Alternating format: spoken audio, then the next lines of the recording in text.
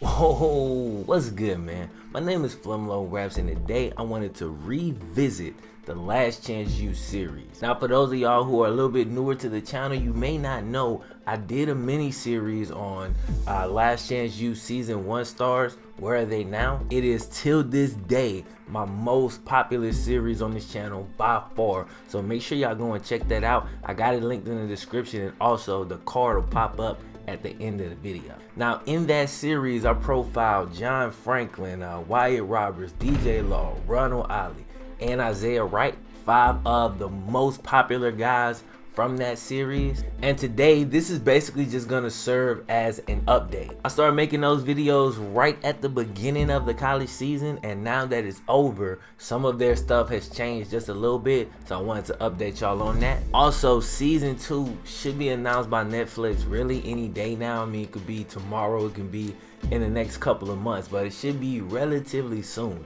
because they did already confirm it back on Twitter last year. So supposed to drop, it'll probably be this summer, so I'll definitely be on the lookout for that, and whenever the news comes out, I will have a video for y'all. Don't even trip. First cat, we're gonna talk about probably the most popular overall player, Ronald Ollie. Now again, if you want the full profile on these players, you can visit each of their individual videos. For this one we're gonna go through, we're just gonna kind of touch on the subject and then we'll move forward. Alright, so Ollie went to Nicholls State. He's still an active player. He's a junior this past year. I believe he has one more season of eligibility. And he had a pretty good year, man. He finished with, now keep in mind, like I always like to say, he's an interior defensive lineman. He's not an end, okay? Interior defensive lineman. He had 41 tackles and he registered 2 sacks.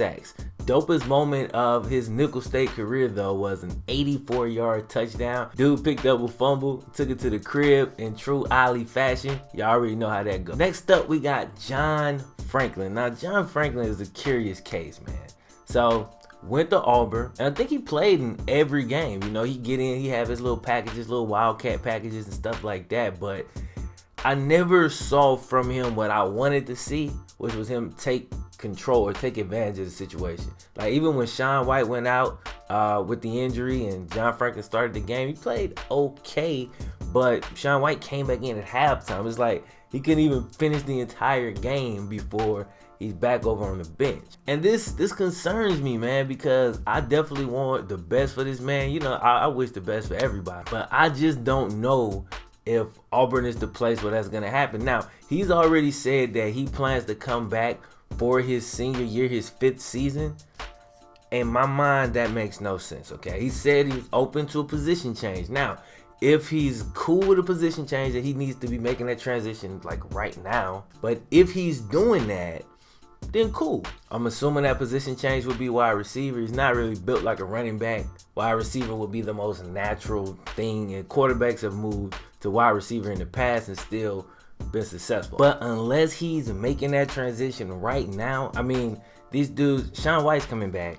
They just got Stidham from Baylor. I think John Franklin just didn't want to cause any extra attention, but ultimately, bro, he graduates this summer, right? So if he graduates, he can transfer as a graduate transfer and play immediately. So why not go to a school where you know you're going to be the starting quarterback, so you can at least put some film out there, bro? I mean, you've been on a Netflix documentary, you've been at Auburn. We've never seen you play a full season at quarterback. So if you have any intention of playing quarterback on the next level, I cannot fathom why he wouldn't transfer. So I really think that he will, and I think that he should. And again, as a graduate transfer, like I said, you could play immediately. Think Russell Wilson back in the gap.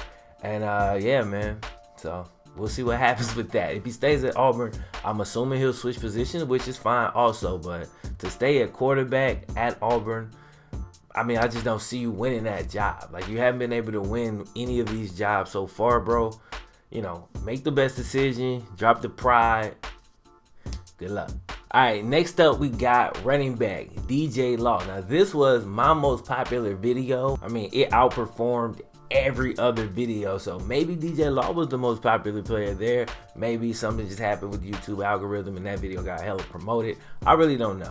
Here's what I do know. As we reported before, DJ Law went to UAB. UAB makes their return as a football program this upcoming season. Now, DJ underwent surgery last year. He had that nagging knee injury left over from the show, but he said to have gotten that corrected and he should be 100% to go for the 2017 season, and that should be good, man. So I really like where he is, man. He's positioned to be able to showcase his talents. I mean, UAB is not the most prestigious school, but they're gonna get a ton of attention because they were gone completely, and they happened to sign one of the most popular players from one of the most popular documentaries on Netflix. So those two things combined, they should get a lot of fanfare, and he'll have eyes on him. So if he performs, his NFL chances go up tremendously. Next up, quarterback Wyatt Roberts. Now, a lot of people were upset, I read, that Wyatt Roberts decided that when he first went to Mississippi State, which he's at Mississippi State, he decided he wanted to focus on, just go to school, be a regular student.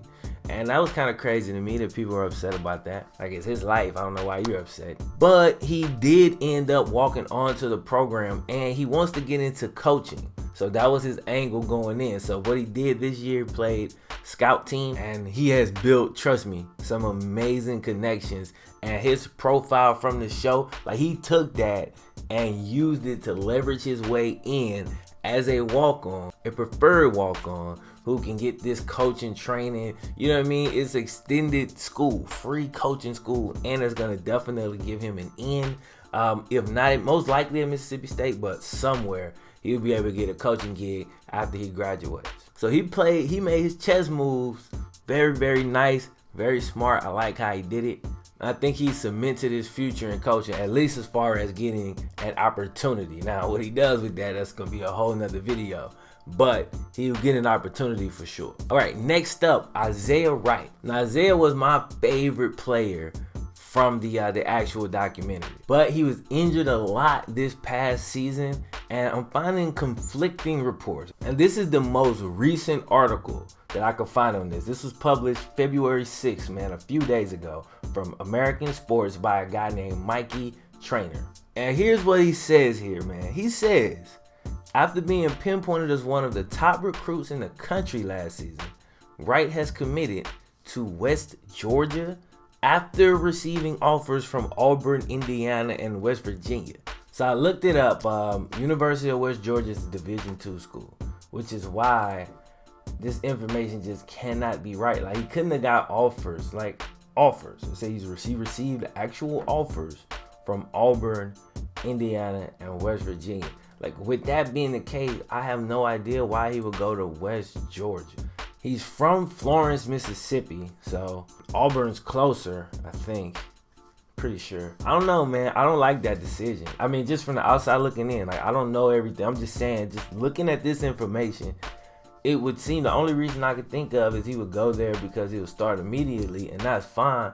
But as a running back in Division II, if you're looking to go to the next level, man, it's going to be tough. Man, we'll see what happens going forward. Okay, coming up next, D-tackle Marcel Andrews. Now, Marcel is one of those players that I didn't do a spotlight video on, so the next three people, well, him and the next two after that on this list are people that I didn't do spotlights on. You'll see why in a second. Marcel also went to Nicholls State with Ollie. Didn't have as big an impact. Finished with 17 tackles, didn't get any sacks. But he's still in Nicholls State doing his thing, so I definitely wish him the best. Next up, we got head coach Buddy Stevens. Of course, Buddy Stevens is still at EMCC. They went 11-1 this past season. Hope I'm not spoiling it for anybody, but it's like public knowledge. It's a football team. Football season's over.